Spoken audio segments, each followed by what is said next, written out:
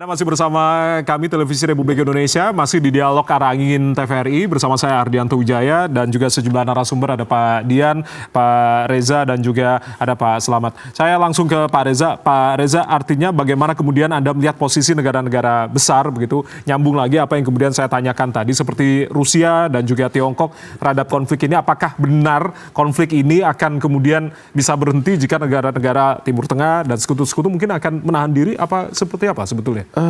Tepat sekali statement Pak Dian juga Pak Selamat ya, bahwa kemampuan militer Iran itu fantastis ya.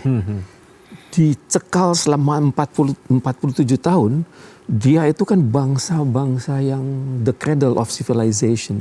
Asal mula peradaban manusia itu kan tidak banyak di dunia ini kan, Iran, India, China dan Romawi kan. Jadi semakin ditekan, itu kreativitas bangsanya muncul, persaudaraan umatnya itu muncul, apalagi pemimpinnya itu kan Ayatollah itu kan di sana ada pemikiran namanya wilayatul faqih. Pimpinan itu memimpin seluruh, tapi masyarakatnya itu marja'i taklid, jadi taat pada pemimpin. Taat pada pemimpin. Taat pemimpin. Apa kata pemimpin? Yes. Kalau kita tahunya sami'na wa ata'na, kayak begitu kan. Taat pada pemimpin. Jadi tidak ada sanggahan sedikit pun. Karena mereka tahu pemimpin mereka itu terpilih secara sangat demokratis dan pemimpin itu benar-benar berkualitas tinggi. Tapi kan rakyat Iran sekarang terbelah begitu. Ada yang pro kemudian dengan pemerintah, tapi juga ada yang kemudian mendorong Reza Pahlavi untuk kemudian naik juga. Sudah dites oleh pemerintah Iran. Pada saat Starlink itu lagi merajalela, didiamin dulu kan. Didiamin dulu, kemudian ada Starlink, ada internet punya Iran sendiri kan.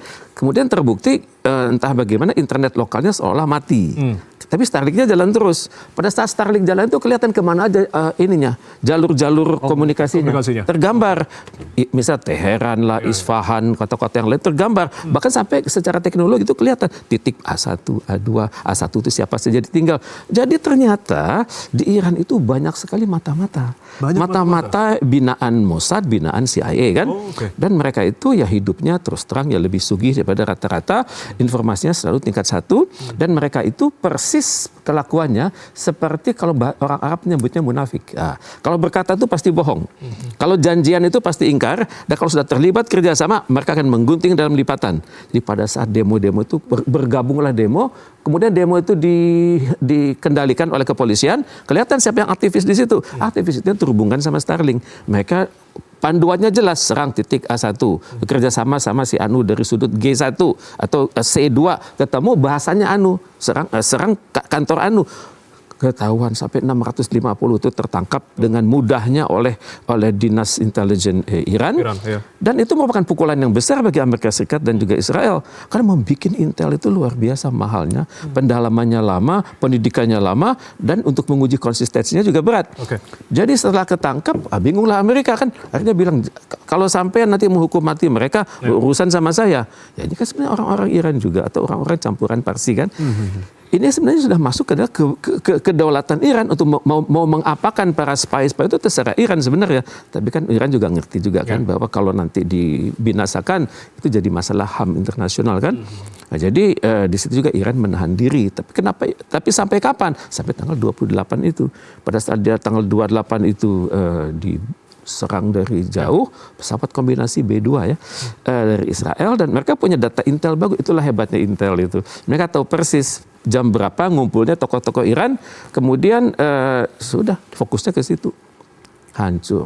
Innalillahi wa inna ilaihi raji'un. Banyak sekali tokoh-tokoh besar Iran wafat pada hari yang sama, termasuk tokoh besarnya Ali Khamenei. Itu cuman masalahnya kan dunia kan nggak kenal ini tokoh, ada kenal ada yang nggak. Kalau yang kenal sangat baik tentunya bikin ucapan bela sungkawa kan, terus kemudian bikin tahlilan atau bikin sholat goib dan sebagainya. Tapi ada juga negara-negara di dunia yang tidak kenal tokoh ini sehingga kenalnya terbatas gitu. Bagaimana kemudian Pak Dian sepeninggalnya Ali Khamenei ini? Intelijen dulu ya, yang diceritakan tuh bahwa cara kerjanya seperti multi level marketing tuh loh. MLM. Bukan seluruh ratusan, ada yang kalau teman saya bilang dari sana 800 ada. Ya, tapi bukan berarti semuanya orang CIA atau orang Mossad. Tapi itu tadi multi level. Satu namanya handler, Kalau di orang intelijen tahu tuh, Yeah. dia harus menangani 5 orang. Nanti yang satu lagi 5 lagi gitu loh. Itu yang membuat jadi banyak. Makanya memang tertangkap semuanya, terutama agen-agen Mossad dan CIA-nya. Tapi yang selebihnya itu orang Iran yang memang pro Amerika. Tapi selain itu bukan cuma itu. Pengkhianat, defector, ya pengkhianat lah. Tapi penyusup segala macam ditambah sama oposisi yang paling radikal militan itu Mujahidin Khalq itu. Yang kaki tangannya masih ada di sana. Mereka bergabung dengan pandangan bahwa dengan sekali total itu, tapi mereka tidak menyangka tuh teknologi komunikasinya Iran segitu canggih sehingga betul terbaca itu. Si namanya katanya tahu kok si ini. Jadi nggak mungkin salah sasaran. Nah kalau kemudian tindakannya yang saya dengar, apa boleh diceritakan? Ya silakan. Ya diselesaikan.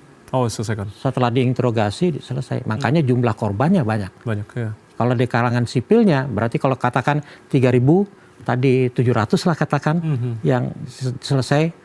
Yang 2000-an ini itu kan juga terbelah. Aparat juga ada yang korban gitu loh. Yang rakyat yang pro Iran juga ada yang korban. Jadi 3.000 ini bukan hanya demonstran pro Amerika. Oke, baik. Pak Dian, tapi ini yang kemudian menjadi kekhawatiran begitu. Nah, terkait dengan ruang diplomasi, apakah kemudian di tengah situasi yang kemudian memanas saat ini memungkinkan hal itu dilakukan, meskipun kemarin kita simak secara bersama-sama Duta Besar Iran untuk Indonesia menghargai kemudian apa yang akan dilakukan oleh Presiden Prabowo Subianto salah satunya untuk menjadi penengah. Bagaimana kemudian Anda melihat ini? Ruang ini tadi komunikasi diplomatik, manuver diplomatik ya. Diplomatik. Dalam situasi apapun yang paling parah seperti perang. Ketika diplomatik berarti sudah tidak berlaku, upayanya nggak boleh berhenti. Perundingan damai ini tetap berhenti, tidak terhenti. Karena apa? Yang melakukan, yang memediasi itu kan bukan hanya ini kan bukan perundingan langsung, dimediasi oleh Oman antara lain. Tapi selain itu Oman masih bergerak. Sejak peluru pertama itu diplomasi sudah mulai bergerak. Nah, bukan hanya Oman. Negara-negara tadi yang saya bilang, rakyat yang tidak menghendaki terseret, itu akan pasti meyakinkan pemerintahnya untuk nggak usah ikut-ikutan lah. Tapi di sana juga ada key player yang namanya Israel, Mesir dan Turki. Itu selalu ada di hampir semua proses damai Israel dan Iran. Kenapa?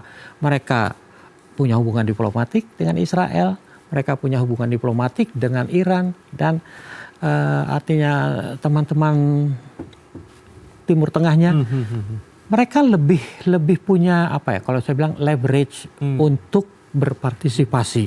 Nah leverage ini belum tentu dipunyai oleh semua negara. Mesir dan Turki itu tadi ya? Mesir dan Turki. Mesir jelas, karena dalam konteks Gaza saja dia kan berbatasan. Tapi Turki ini kan dia selain punya hubungan diplomatik sama Israel juga Iran, dia kan anggota NATO. Jadi komunikasi masuk ke negara-negara Barat itu bisa melalui Turki. Dan Turki secara resmi NATO kan harus, kalau tadi Pak Slamet bilang, satu negara anggota diserang, yang lain harus membantu. Turki kan tidak, masih bisa bertahan. Menahan diri maksudnya.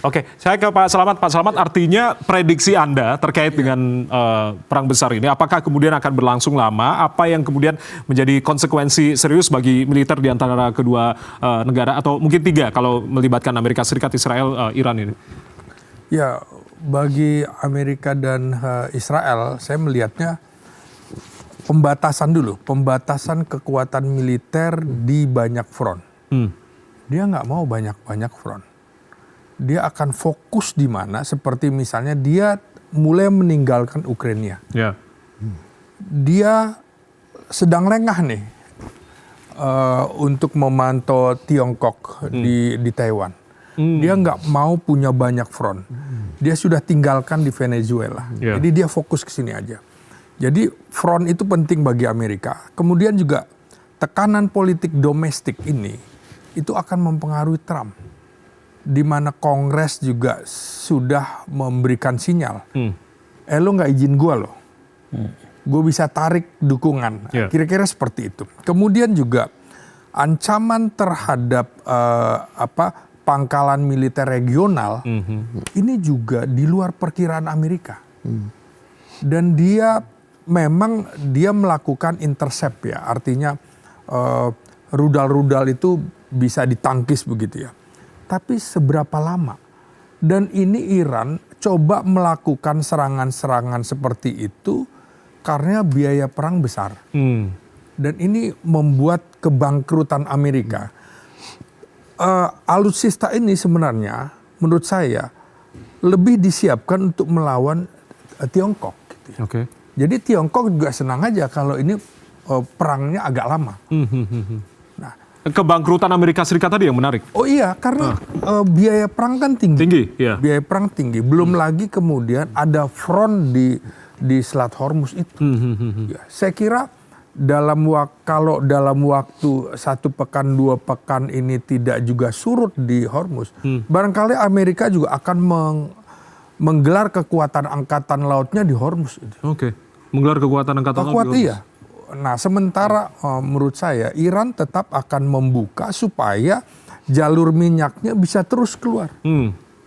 Karena Tiongkok juga berkepentingan. Yeah. Nah, sampai saat ini memang angkatan laut Iran tidak ada di Hormuz, dia hanya menghantam lewat rudal-rudal Rudal-rudalnya. balistik. Ya. Dan itu cukup efektif menurut saya. Trump sendiri mengancam inginnya 5 pekan ini siap untuk kemudian menyerang ini. Apakah kemudian Anda melihat kekuatan militer selama 5 pekan ini akan juga terus bertahan Amerika Serikat?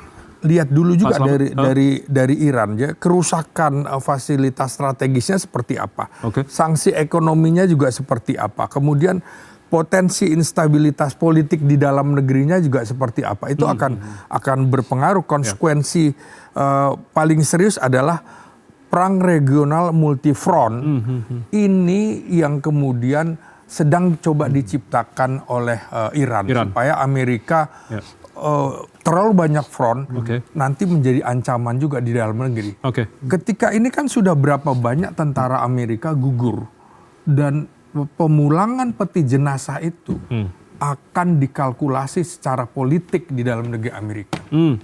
Itu yang kemudian diperhatikan Pak Reza. Artinya tekanan politik domestik Amerika Serikat, salah satunya tadi, belum lagi kondisi ekonomi dengan tertutupnya Selat Hormuz ini. Bagaimana kemudian analisa Anda?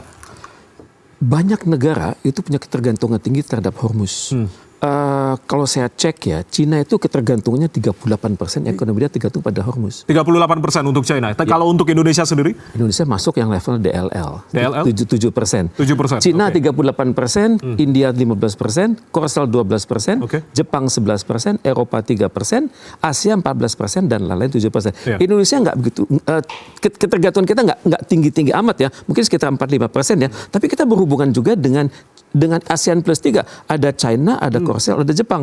Berarti kan otomatis ekonomi biaya tinggi itu akan dibayar juga oleh ASEAN plus 3 tersebut. Akibatnya menjadi harga naik juga kan. Kita berinteraksi luar biasa sama ASEAN plus 3.